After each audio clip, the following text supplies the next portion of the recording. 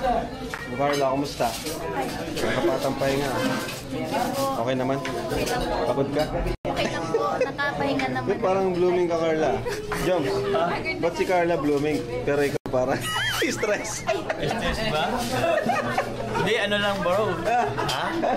Ba't si Carla blooming, oh? Iwan ko dyan. Walang masyadong problema. Ha? Pagod ko lang sa pahinga. Pagod. Parang kulang ka sa pahinga, bro. Kulang pa nga bro. Tsaka ano kasi bro? First day sa second day, grabe ang tulog. Ano bro? Yung first day nung pagkarating natin, Oo. kinabukasan tulog. Tapos second day, pagod pa rin. Pagod pa rin. Siguro bukas, medyo ano. Oo. Baka bukas ano ulit. Kumusta ang ginawa nyo kanina? Ano ginawa nyo? Sobrang mag-enjoy bro. First, nag-feeding program kami kasama yung Feeding? papa. Si Kuya Bal po, kasama pa si Kuya Bal. So, sobrang saya po, sobrang saya. Na meron tayo natulong ang tao. Ano po? Saan kayo napag-feeding? Kila Carla po. Ah, sa inyo, Carla? Yung po sa dating bahay po namin sa baba. First time ba yung magpa-feeding ka? Second po. Ano, pa-feeding na tayo dati? Oo, Kumusta yung mga nasalantado ng bagyo?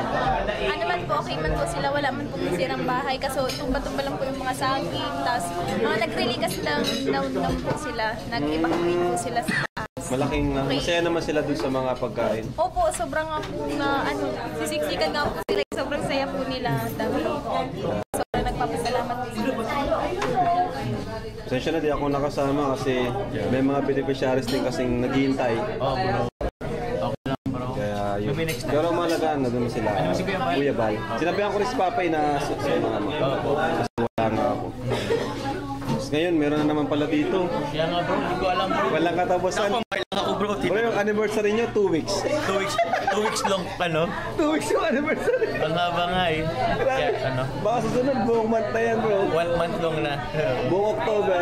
Buong October. Oo. So, ayan po, mga kalingap. Anniversary ng Jomcar, di pa rin matapos-tapos. Dito,